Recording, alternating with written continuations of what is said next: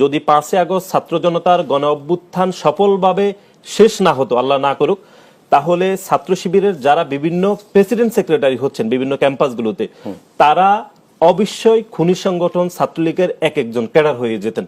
এবং আমরা দেখেছি বিভিন্ন ক্যাম্পাসে যাদেরকে ছাত্র শিবির আত্মপ্রকাশের মাধ্যমে সভাপতি এবং সাধারণ সম্পাদক নির্বাচিত করছেন, প্রত্যেকে খুনি সংগঠন ছাত্রলীগের সাথে সরাসরি যুক্ত ছিলেন।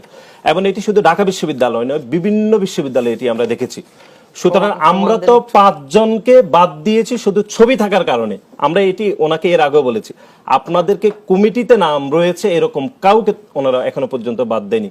আমরা যেটি দায়িত্বহীনভাবে বলছি, গত 15.5 বছরে বাংলাদেশ জাতীয়তাবাদী ছাত্র দলের একজন নেতাকর্মী হলে যদি থেকেছেন, তিনি শুধু ছাত্র দল, বিএনপি অথবা তারেক রহমানের ফেসবুকে লাইক দিয়েছেন, এই অপরাধে তাকে হল থেকে মেরে রক্তাক্ত করে বের করে দেওয়া হয়েছে।